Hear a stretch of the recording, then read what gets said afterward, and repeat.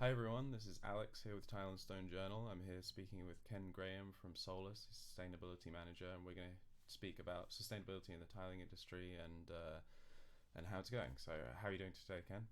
Yeah, I'm well, thank you. Yes, just enjoyed a nice morning walk and looking forward to having a chat with you. Lovely, lovely. So, I think we should just jump right in. Um, in terms of sustainability in the tiling industry, how do you think that we've kind of progressed over the last sort of roughly 10-year period? Well, it's not an easy one for me to answer because I'm quite a newbie. I'm very experienced in the field of sustainability. Started off in the UK in my 20s in building design, energy efficiency, energy management, heating and venting, etc., etc. Right. I had some experience of floor coverings then, but specifically working in the tile industry, Mm-hmm. it's really just been 3 months.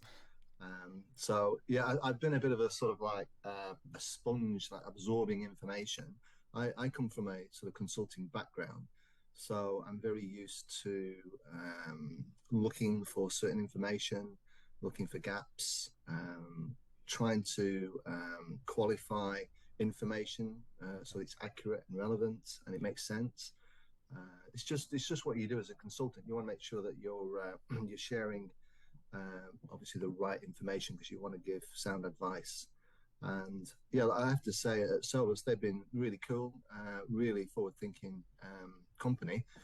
They, I think they possibly are the first tiling manufacturer to appoint a sustainability manager, so it's quite a bold move. And I have to say, everybody I've met in the business, they've not sort of said, "Why are we doing this?" or "Do we have to do this?" It's been more of a case of show us how to do this. We want to do this, and they've been really engaging.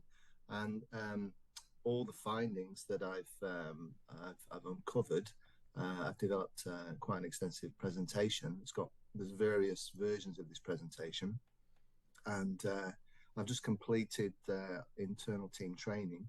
I Okay. think I've probably got about 80% of the whole of Solus people through the training now, so they're all aware of some of the things that I found.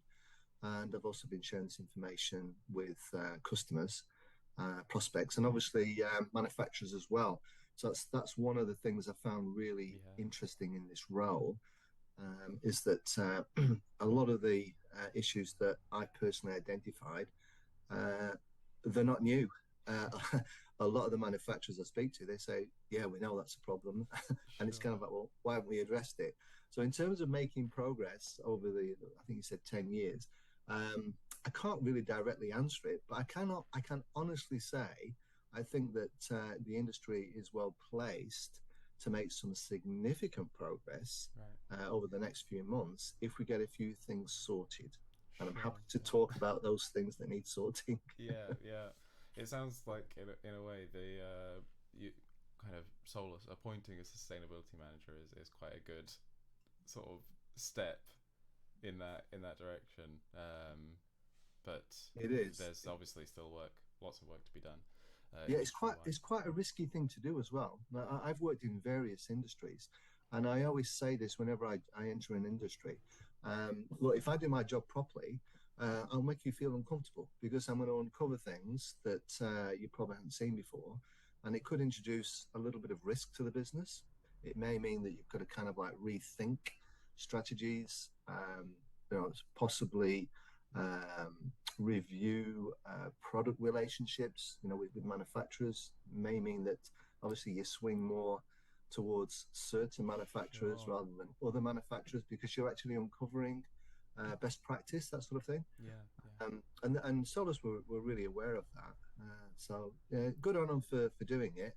And yeah, it's at this interview. Hopefully, whoever's watching this gets some insights as well. Great. Great. So you mentioned that obviously you didn't come from a tiling background in terms of your career, Yeah. and obviously sustainability is something that is very important and very much talked about in every aspect of life at this point. It's But it's everywhere, isn't it? Yeah, yeah. how would you say that tiling compares to sort of the broader construction industry? I suppose as a starting point. Yep, yep, yep.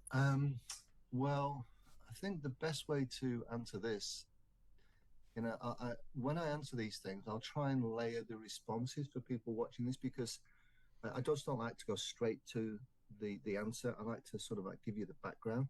Sure. We in the construction industry, you know, we made a massive choice in what 1900 to start using Portland cement. So straight away we started actually increasing the world's global carbon footprint, because obviously cement is quite resource intensive for thermal energy, and we've just sort of like evolved to a stage now where it's pretty much the norm in the construction industry that we're going to have heavy set buildings, you know, dense buildings. We're not really going to go back to, I don't think, wooden frame buildings. It can work in some places, but generally speaking, I think the trend is more towards, you know, the heavy builds. And with climate change, I think there's going to be an increasing need for that as well. Obviously, for better thermal barriers to trap heat and to keep buildings cool as well. So I actually think that the best way I can answer that question is tiles have got a really important role to play in the future development of buildings. We're going to have to cope better with temperature extremes, and we've really got to think more about the life cycle carbon footprint. So just to give you a really, really quick example, we all know that tiles have been around a long, long time. Like clay pieces were found at the start of civilization, like 12,000 years ago. Sure. It's a wonderful natural product. It's got natural sticking qualities. So it's ideal. It's inert, reasonably kind to the environment. When you're mining it, it's reasonably invasive. The whole positioning of a floor covering product is really, really important. And when you think about the alternatives, if architects are still looking at vinyl, linoleum, and carpets, they've really got to ask the questions whether or not they're actually durable options. Well, they have many, many benefits. We all know what they are. But if we're really, really trying to focus on sustainability moving forward in building design, we've got to choose products that are really going to cause the least amount of damage to the environment and the least amount of damage to us moving forward. Because really sustainability is about saving ourselves and other living things. It's not really about saving the planet. The planet's been here millions of years, and it will outlive humans. So the sort of floor coverings I think architects should be looking at are obviously those with low carbon footprints, but have got a long life cycle. And a carpet can typically last maybe 10 years, depending on its application, where it's used. Linoleum maybe a little bit longer, wooden floors a bit longer. But ceramic tiles, porcelain tiles, stones, they can last a long, long time. You know, that the Romans showed us that. Yeah, we should, I believe, be really thinking about ceramic tiles as being a long-term, sustainable option. And as long as we get the design right, it sort of makes some of the designers feel a bit uncomfortable. I'm sure some clients want bright colours to go with their brands, that sort of thing. But if those bright colours don't actually meet the needs of a new tenant, the chances are that tiles are going to be covered or taken up and something else put down. Tiles, I think it's one of those products where you really want to put it in once and keep it in once. Right. And keep the footprint as low as possible. And so I think it's actually in a good space, the industry, if we just address certain problems that exist within the industry right now. There's confusion out there in terms of terminology that's used. So if we get all this tidied up and we have a collective strong message together as an industry, I genuinely believe that working together with, you know, key, common, consistent, correct messages, this industry can grow and actually help reduce the carbon footprint of new buildings. Do you want to elaborate a bit to start off with on some of that kind of terminology consolidation, maybe? Yep. I'm sure this won't come as a surprise. I come from originally an energy management background and building design, and then moved into recycling of many, many different products: rubber, glass, paper, plastic, cardboard, aluminium. I may have already mentioned that, I don't know. So I've got a lot of background in recycling, and traveled around the world visiting a lot of recycling plants and understanding terminology, and also construction waste and hazardous waste. They're a little bit more complex. And what surprised me when I first got involved in the industry is that tiles were being promoted with recycled content. And I was initially overwhelmed with that. I thought that's wonderful. And then I sort of asked the question, well, where's the evidence that this recycled content has actually come from a tile that's actually been laid on a concrete bed with adhesives and grout, and it's actually been taken up and gone back into its life cycle. In other words, it's truly been recycled, because that is the true term of recycling. You are re-entering your cycle of life. And then I was surprised to find out that the recycled content was actually spillage at the start of the production line.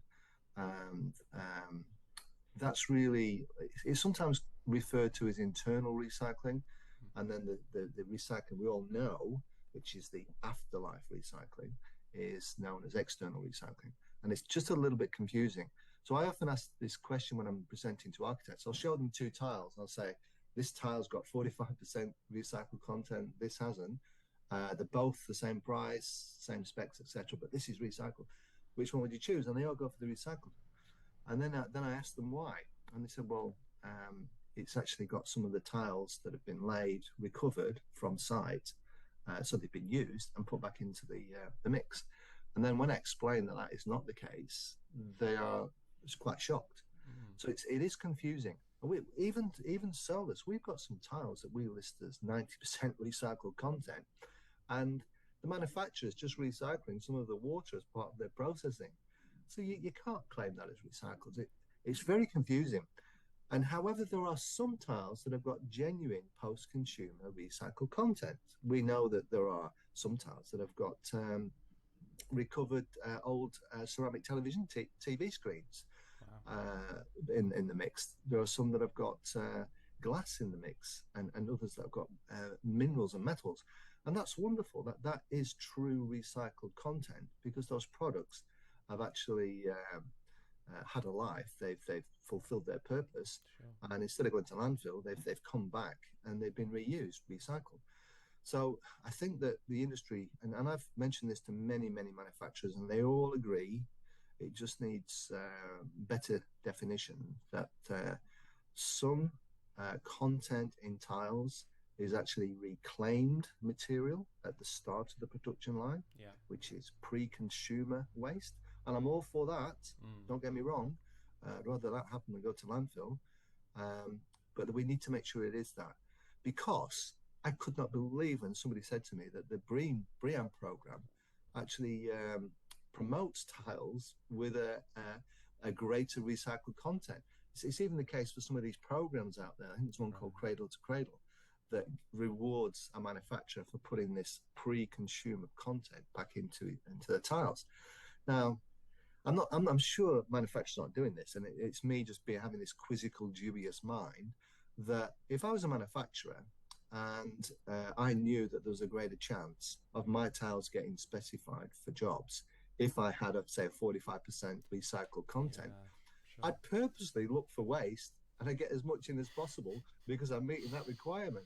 It's crazy, let's just get that sorted. So it should be defined as reclaimed content, and just make it very clear. And then if we have got genuine recycled content, then let's claim that as well. And that kind of leads me to the other one that bothers me, and that is there are a few tile manufacturers out there that have claimed their tiles are circular. So they're not a linear product. They don't go from cradle to grave. They go from cradle to cradle. Sure. And the true definition of cradle to cradle is that a product is made, it's born, it's used, it fulfills its purpose, and then avoids going to the grave. It comes back and is reborn, hence back into the cradle. Now, I've talked to one of these manufacturers. I've been in touch with Cradle to Cradle, and I've explained that it's very, very confusing. I've actually got a tile here. Just so happens I use it for a coffee mat for my cup of coffee, but here's a tile. So I've actually had them explain that, oh yeah, it's definitely cradle to cradle, because we believe that once we've made this tile, if this tile comes back to us, it can go back in and be cradle to cradle. And so I've politely said, well, you don't actually sell tiles. Nobody sells tiles. We sell tiling for flooring solutions. Nobody buys these and puts them on the shelf to look at. Yeah. They're cemented into the ground and grouted, for goodness sake. That's what they're used for. Or they're put on a wall. That's what they're used for. So if anybody claims that their products are circular or cradle to cradle, we just need to ask the question. I have asked this question and nobody's given me the information yet, that once these tiles are put in the ground, cemented in and grouted in, please demonstrate how much of that content has actually been able to be removed from the floor and has actually come back to your factory and gone back into the process. Yeah, now, if you can demonstrate that, great, because that is truly cradle to cradle. So anybody watching, please, if you know of this happening and that tiles that are actually being cemented into the ground and grouted are actually being removed of all the contaminants and then, in other words, being disassembled and going back into the process and coming back again, please let me know, because that's a great story. And we should be doing that. But you know, I've spoken to, there's a university in Finland, and there's a professor that's been given a grant to specifically look at the potential for recovering clay from ceramics that have been on the floor. And I've got a copy of his email, happy to share it with you and whoever. And he quite clearly states that the cost, the energy, the emissions required to try and extract the clay from those tiles from a building site, it just does not make it worthwhile. It's just impossible to do. So what we should be saying, Alex, is look, these products, they're a wonderful product. They come from an inert product that's been around for millions of years through erosion. And we're kind of like in the earth moving business. We're getting a natural product. We're getting taken to site, and it's being obviously treated in a certain way with some additives, which are natural, and some water, some compression, some drying, some firing. And we know the firing involves thermal energy, etc. But we can talk about that. But then you've got this wonderful, durable product that's basically just shifted its form from being loose to being compacted. And great, put it down, and we can talk about carbon footprints. I know the carbon footprints of the tiles versus other products, and I'll share that with you. Once it's in the ground, great, keep it there for as long as possible because it's doing its job.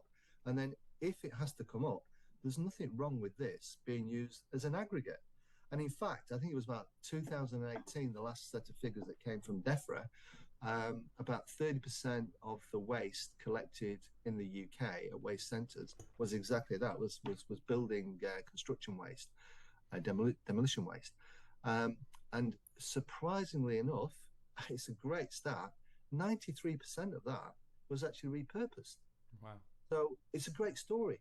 It starts off, has a great life, and then when it's no longer required for something on the ground or a wall, instead of going to landfill, use it as a building aggregate. It's a great story to tell, but we just need to get this terminology sorted out. It's interesting because tidy up the recycling. It's reclaimed content, and if there is recycled content, genuine recycled content, in other words, as a result of product having its life, then great. But this cradle to cradle stuff is so confusing. This ceramic mug is basically a tile, but it's been formed as a mug, This is not attached to anything. It's not got any contaminants, and if this had a chip in it, we could basically say, let's send this back to the place where it was made, get them to crush it up, and it can come back as this mug. That's great. That is cradle to cradle. That's a circular product that works, not linear. For goodness sake, if it does exist, please share it with me. But once these are put in the ground, surrounded by cement and grout, I doubt these are actually coming back and going back into the circle of life. Sure, it's really interesting. It kind of feels like the way you describe it, some of the language around sustainability in other areas kind of the language and the concepts around sustainability, like recycling, for example, has been kind of transposed into the tiling world in a way that maybe isn't kind of quite as appropriate. And something that Yep. seems maybe more relevant is the sort of fundamental, in a more literal sense, sustainability of the Yep. product itself, that it Yep. Yep. lasts over time. Alex, your feedback is absolutely spot on, mate. And part of the reason is that I've come from industries where the products are very, very much on the radar. Like I spent quite a bit of time in the plastics industry with plastic bottles, plastic food packaging, straws, plastic forks, all the takeaway stuff. Yeah. And that's very much on the radar, because if it's not being recycled, it's ending up as waste, and we know the ocean's full of all this stuff. So people, are very, very mindful of all these things. So that the terminology has definitely got to be right, because you're trying to communicate simple messages to mass audiences. So you can't get away with sort of misinformation. Now, I'm not saying that the tiling industry and the manufacturers are doing something purposely wrong. No. I'm just really highlighting what you've said, is that really needs to just take a step back and think about the nature of the product, think about the great opportunities that this product has in the construction industry, and, to be quite blunt, reducing carbon footprints in new building design, and just get it tidied up, just get it right. And then once we've got all these messages right, let's just go for it, because there's a great story to tell. There really is. And again, I'm happy to share these comparisons with other products with you if you like. Sure, yeah. I mean, sounds like that would be a good place to go from here. Yeah. Well, look, this is, I guess, something that you've got to put some caveats on, Right. because when you start talking about kilograms of CO2 equivalent per square meter, there are good factories and there are bad factories. Right. So you've got to really make sure that you put those things into to context. But I got a lot of this information from a report that was done by the University of Bath, and they calculated, shall we say, typical, average, that sort of language, carbon footprints of certain products. Now, I know for a fact, because I've actually gone out and surveyed probably about 90% of our manufacturers now. So I know the carbon footprint of most of our manufacturers. So I know those that are on the lower scale. For an example, I'll use an example of, say, 5 kilograms of carbon dioxide equivalent per square meter for the whole production run, including the transportation of the raw materials and the mining of the raw materials. That's really low. Yeah. Up to, say, 15. So that's the range, 5 to 15. But I know an average would be, say, around about 8. And that's also supported by work that's been done by independent surveys, European report that was done surveying tile manufacturers throughout Europe. And there was a really good Spanish report that was done by the Spanish tiling industry. Yeah. And they've all come around about that sort of 8 figure. The Eco Label, which is a really good program, certainly more transparent than some that are out there. They have a figure of around about 8 as being best practice. So if I was to say a typical carbon footprint for a ceramic tile is, say, 8 kgs, it's just an averaging factor. There are some that are down at 5, some at 15. So you've really got to weigh these things up. Yeah. And it's the same for when I talk about concrete and carpets. But if we just went on some basic averaging factors from that University of Bath report, typically concrete, sort of like a 15 centimeter screed, 1 square meter of that would be around about 30 kgs of carbon dioxide equivalent. Right. But that lasts a long time. Yeah. Vinyl carpet, sort of fossil fuel based carpet. It's got polyester type, that could be 15 kgs, and wool, that would be around about 6 kgs. Linoleum, which is quite a natural product because you've got linseed as a key component there, that comes out around about 4 kgs, and vinyl flooring comes out about 3 kgs. Wood around about 1 kgs. So straight away you can see wood would have a low carbon footprint per square meter, sure. Followed by vinyl, linoleum, then the wool carpets. Then tiles come in at about 8 kgs. and then you've got these fossil fuel-based carpets about 15 kgs, and then you've got concrete at 30. But, and this is the big but, ceramic tiles, they can last a long, long time, the life of a building, at least 60 years, Right. obviously if laid properly. Whereas a carpet, typically 10 years. Vinyl and linoleum, typically 20 years, and wood, typically 30 years. So if you were forward planning to get the lowest possible carbon footprint for a building, you'd be thinking, well, what's my starting footprint? And what's the long-term life cycle footprint?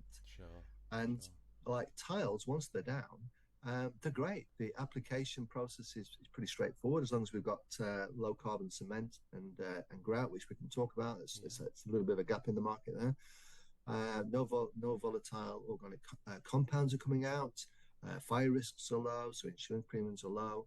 And yeah, like with carpets, you've obviously got to vacuum them, so you're using electricity, and with linoleum you can get cuts, so you've got damage, etc. So I don't want this to come across I'm really knocking these products. I'm just really trying to look at this from a pure sustainable position, that if you were to put ceramic tiles down, it really is a good long-term option, because the carbon footprint initially is low, the durability is superb, the maintenance is low, and for that 60-year term, you potentially could have replaced the carpets 6 times if they only last 10 years.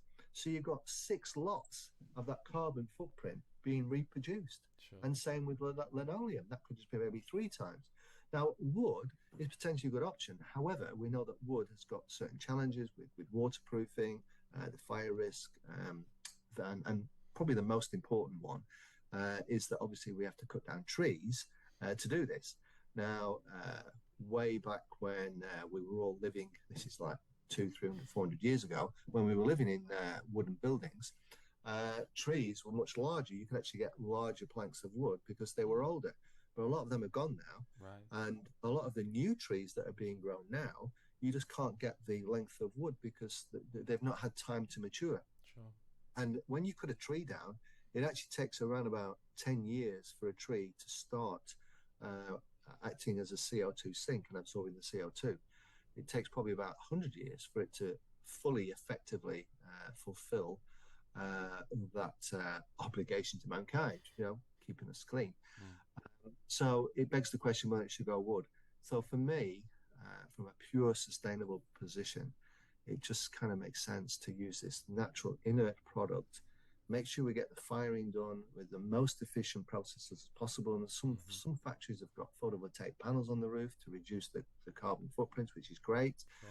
If we can get, obviously, the clay from more closer sourced mines, so there's less transportation involved, that's great. If we can get a lower carbon footprint adhesive out there and grouting, and I know there are some around, but I really want to try and find something that gets us down to sort of like the same as a tile, like 8 kgs if we can. Great long-term solution. Yeah. Superb. Yeah. In that very insightful answer, you spoke about sort of a big part of this is getting the laying of the tile right, and that whole process. So I wanted to ask you, what do you think the kind of tilers, tile fixers, contractors can be doing and can be thinking about doing maybe in the future that is that can kind of work towards these sort of sustainability goals? Well, look, I guess, and this is a sensitive answer, and I remember I'm quite new to the industry. I've only heard that these things can happen. Okay. What would really trouble me would be is if an architect spec'd certain type of tile that had a good low carbon footprint, and spec'd a certain type of adhesive and grout that had a good low carbon footprint. I would hope that that spec maintained all the way through the job, and it wasn't sidetracked or hijacked, whatever the term is, and you get a contract that says, we don't really want to use that product, we'll use this product instead because we're used to it, etc., etc. And I can get why some of these things may happen because you're familiar with the product and you trust it, etc. So I'd like to think that specs go ahead as spec'd.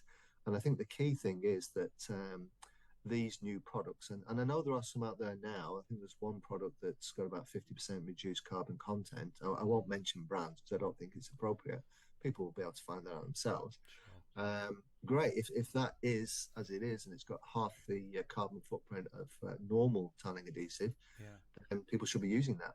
And hopefully, I'm sure it does. I'm sure these folks don't market a product that doesn't work because they would soon know about it. I would hope that the contractors would switch to that because it's a lower footprint. Everybody is involved in this. It's affecting everybody. Try and take things up at a higher level. Um, the likelihood is that very soon there will be minimum carbon footprint targets placed on buildings Yeah. where an architect, a developer, a contractor has got to meet a certain requirement. Now, the sort of number that I've been seeing used is about 600 kilograms of carbon dioxide per square meter. So if that's their target and they've got to achieve a building to be built underneath that spec, they're going to be looking at all these things. Mm. And once they've spec'd, if say their number goes to say 700, they've got to trim 100 somewhere. So they'll be looking where they can start to reduce the carbon footprint in all the products that they're specking to try and get it down to under 600, or else the building won't get signed off. Now that's Yeah. highly likely to happen, and it should happen if we're going to take this seriously and not just talk about this stuff, but actually do something about it. Then it will be a case of everybody involved in the whole chain, from the source of the raw material to the production to the transportation to the laying of the tiles, has got to take responsibility and actually maintain a belief in the specifications and not look to do any shortcuts, because Sure. we're only cheating ourselves if we don't maintain those specs and we end up still increasing our footprints. Then nobody's winning. We're all just losing. Yeah. So I mean, just to you would say by the time it gets to the person laying the tiles, it's really mainly down to the product spec and the integrity of the product spec being Yeah, yeah, maintained. and, Yeah. and, and obviously, I think getting the fit outs right, making sure that we've not sort of over ordered tiles, and like Sure. tilers know how to do this. That they're usually pretty efficient. Uh, I guess like just my own limited experience of putting a few tiles down myself in my own home. Um, it can be a bit of a challenge when you want to do some sort of like edging and you're cutting a tile. It makes you feel uncomfortable knowing you're actually cutting a whole Sure. complete tile just to get a nice line going down there, and you know that some of your offcuts have got the two edges of the offcut edges, and you don't want to put that in because it's got a different corner to the other Right. tiles. So I get all that, but it is a case of, I guess, just being as prudent as possible and just planning best you can Yeah. to reduce wastage. Yeah. No, that all sounds very sensible. Yeah. So in your position, you say you've been there for about 3 months. What are you kind of aiming to do? Maybe, well, in whatever time span you'd like to talk about, but Yeah, yeah. what are you and Solus, I guess, trying to do to improve the industry sustainability at the moment? Yeah, well, as I mentioned, we are going through and undertaking a number of presentations. So I've presented to about 3 architects practices now, and I've got quite a few lined up. I was actually looking to do one this afternoon, but the old rail strike, unfortunately, has cancelled that. But that's okay, I understand. So we want to really make sure that first of all, we are comfortable with our messages, and some of the things I've talked about with you Yeah. and whoever's watching this video. I've had these discussions with manufacturers and with my colleagues and with architects.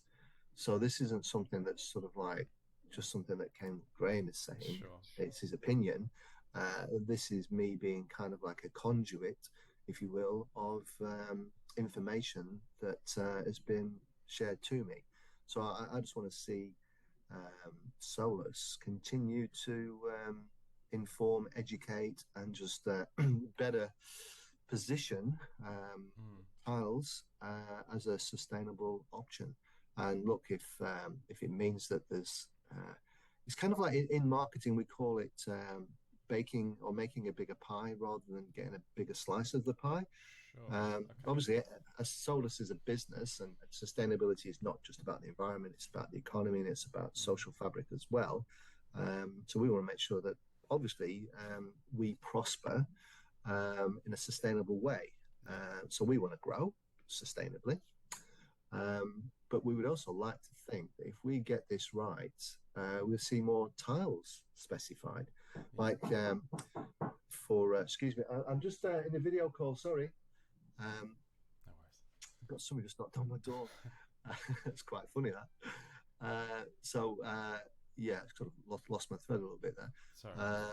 We just want to make sure that there's an opportunity to actually grow the industry. So I've had architects say to me, like quite often, say they're doing a hotel, they'll be asked to spec tiling for wet rooms or for the kitchen area, you know, where there's moisture, obviously. Sure. But then the tiling isn't spec'd in the room or in the corridors or in the areas, say, where the lifts are. And it just beggars belief. One of the areas that gets trodden the most in a hotel unit would probably be right outside the lift and then sort of walking down the corridors. Sure. So why we're still putting carpets down there? And people say, well, the noise, you know, click, clack, click, clack. We can still put rugs down. And that's done throughout most you know, hotels throughout Europe and throughout most parts of the world. It just seems to be a bit of a UK thing that we've somehow fallen in love with carpets. Yeah. I stayed at a hotel the other day in Birmingham, and it's probably only been up about 15 years. This hotel, and all the wall surfaces, the doors, all look pretty tidy, pretty clean. You know, it's still maintaining that look, that integrity. But you look down at the carpets and they're faded, and you know the corners are frayed, and it just, why did you put carpets down in the first place? Beyond me, just don't know why we do it. Yeah. So we've got to push these messages, Alex, and to further answer your question about Solus, we are serious about sustainability. We are focused. A lot of the guys and the gals are really, really into this. Some of the questions they've asked me has been great. It's tested my knowledge. I'd like to think that eventually, that if I do my job properly, I won't be needed in a year's time, 2 years' time, because everybody will know their stuff. And that's how most businesses should go with sustainability. Yeah, yeah. It's a complex area. Get someone in to tidy things up, upskill, uptrain, and get everybody thinking sustainably. And then you move on to the next project. Right. That's, I believe, what true sustainable people should be doing. Yeah, spreading the word and making improvements in other industries. I suppose the kind of ideal thing, as you say, from a pure sustainability perspective, would be that once you have done what you need to do, then there does need to be a more top-down directive from whoever in terms of regulation to enforce kind of more strict sustainability in building as a whole. And then if you've done your part correctly, the industry is now in a better position to kind of meet that and not be too disrupted. And you're quite right. And it's kind of like what I've found in this sector.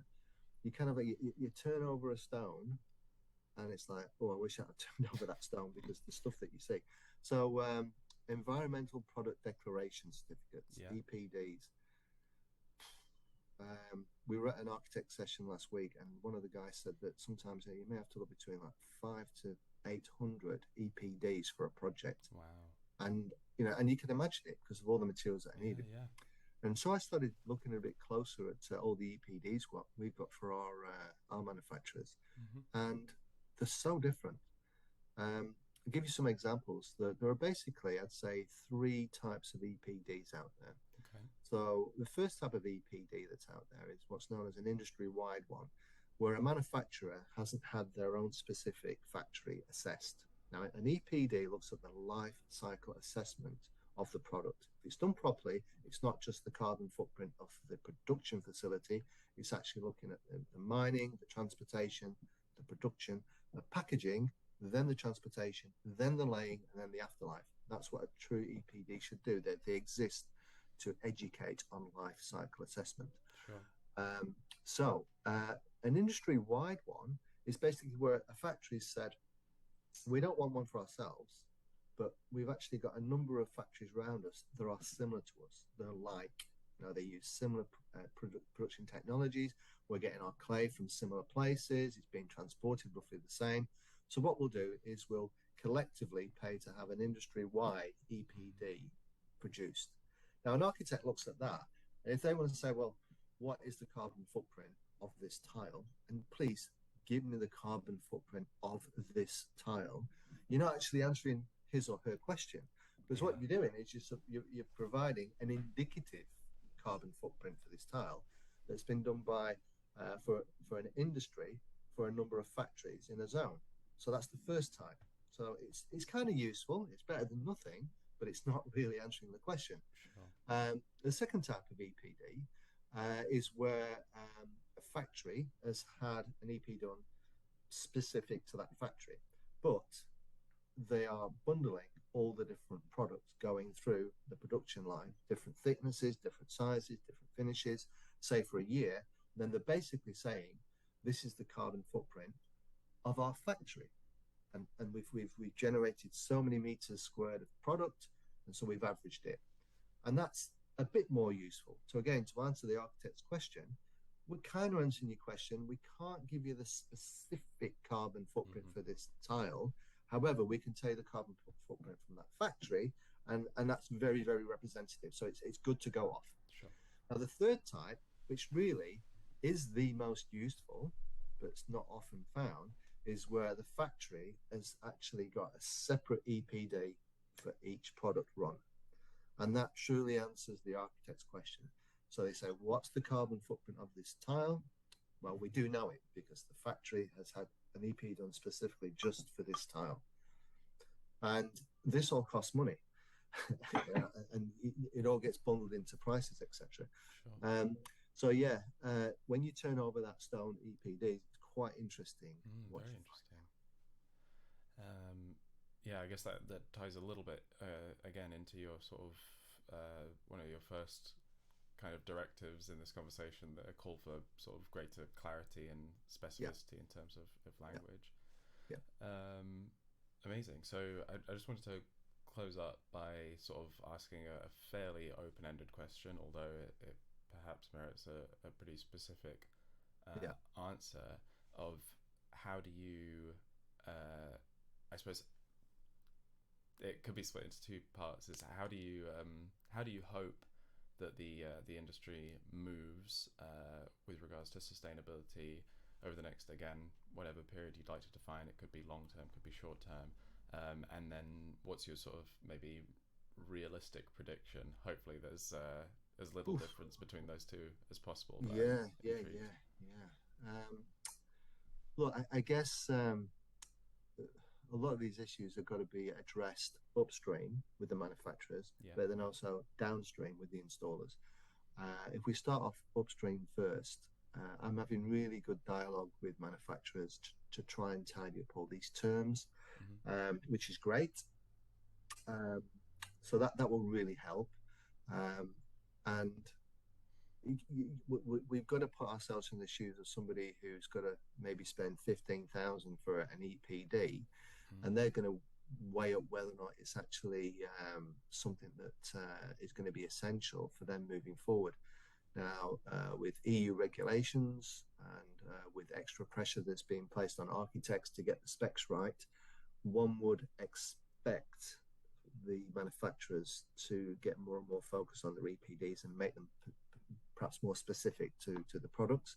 So that would just be like a normal market transition you would expect. Sure. You've got to have a ticket to play type thing. And in terms of suppliers, I think we've got a really important role to play, working with architects, developers, corporates, specifiers, etc., to make their job easier, their lives easier. We know that there's a lot of confusion, a lot of complex information out there. And I think if everybody in our industry was all on the same page and all sort of believed in the same thing, the same terminology, there wouldn't be any confusion, and it would be perhaps a lot easier then to get tiles specified more and more in projects, like I say, displacing other materials. And anybody listening to this from the carpet industry, the vinyl industry, like the products are great. I'm just really highlighting the difference in terms of the life cycle analysis, how long they last for, and the carbon footprints, and essentially just stressing the difference between something that is really man-made, i.e. there's an awful lot of technology gone into creating a product, versus something that's really just an inert mineral that's just been compressed. Think about that in terms of sustainability. It may be that we get more tiles specced in other areas, so the pie becomes bigger rather than sulfiting over a bigger slice. And then look, in terms of downstream, I would love to find more sustainable solutions for adhesives and grouting, and maybe even smarter ways of putting things on the wall. Like, obviously, when something goes on the floor, it's going to be really, really compact, and it's going to be very rigid because it's going to get a lot of movement, a lot of knocks. But when you think about tiles going on the wall, do we really need to cement them on, right? Is there a way perhaps of coming up with smarter fixes that makes the disassembly of those tiles easier? So if an architect does specify loud and bright and fluffy tiles for a client that's got a specific brand need, it's not going to be that arduous a job to actually remove those tiles and maybe reuse them somewhere. So that's potentially something that would be a development down the track. So yeah, that's sort of the way I see things unfolding. Just more education, more communication, consistent information, correct information, and let's pull the trigger. This is a great story for the industry. Absolutely, we should be getting behind this. Yeah. Just to pick up on one last element of that answer you gave, and then I will let you go. But I don't think the person who knocked on the door is still there. I think they went. So I hope not. I would feel bad for them if they were still waiting. No, it's you've mentioned a couple of times actually about sort of the design of tiles and kind of loud, heavily designed tiles. If I'm sort of interpreting correctly, being in a sense less sustainable. Fashion. Sure. Yes. And I wonder, is that something that you might hope to see, again, from this sustainability point of view, maybe a trend towards more neutral kind of designs of tiles? Do you think that would be a meaningful change, or do you think that's very astute of you? You're spot on. We have talked about this within the business. We do tend to supply more tiles that fit the sort of neutral theme, which is great. So it's already in place now. Sure. But in terms of the loud stuff, I totally get it, because interior designers, I'm sure they would want to sort of like just work in an environment where everything's shades of grey and shades of brown, that they want colour. So I get all of that, but maybe there's a compromise where it's almost like the template, the palette is neutral, because then it can last, which is your observation, which is spot on. And then the overlays, the wall hangings, the rugs, the things that can be easily removed, the accessories, shall we say, are the things that are bright. So maybe we just need to think a little bit more like that. Yeah. And maybe we'd be more sustainable then. Yeah, that's really interesting perspective. Fantastic. Well, that's everything that I kind of wanted to specifically kind of address today. Is there anything else that you feel hasn't been covered and needs to be? Possibly just a very brief mention of the good old 80-20 rule. Okay, so this is Pareto's principle. You've heard of this one? I don't believe so in this context. Okay, all right. So it goes back to floor covering issues. Right. The chances are when floors are laid, Yeah. 20% of the material is going to be used 80% of the time. That's Okay. where the traffic is. Okay. Sure. So sorry to pick on carpet vinyl, but quite often the reason why we have to replace these things is Mhm. because they get worn in that area, that Yeah. 20% Yeah. of the area. So it's quite bizarre how, you know, we produce so much material and yet 80% of it is probably only used 20% of the time. And yet we take it all up. So it's quite wasteful. Whereas with tiles, that doesn't become a problem. You know, they're much more durable, much more hard wearing. So the 2080 rule still applies, but it doesn't have an adverse effect on tiles. Sure. And I think designers possibly need to think a little bit more about that. I'm sure many of them do. And that could perhaps sway the argument more Hmm. towards the durable, long term, sustainable option, which is tiles. Yeah.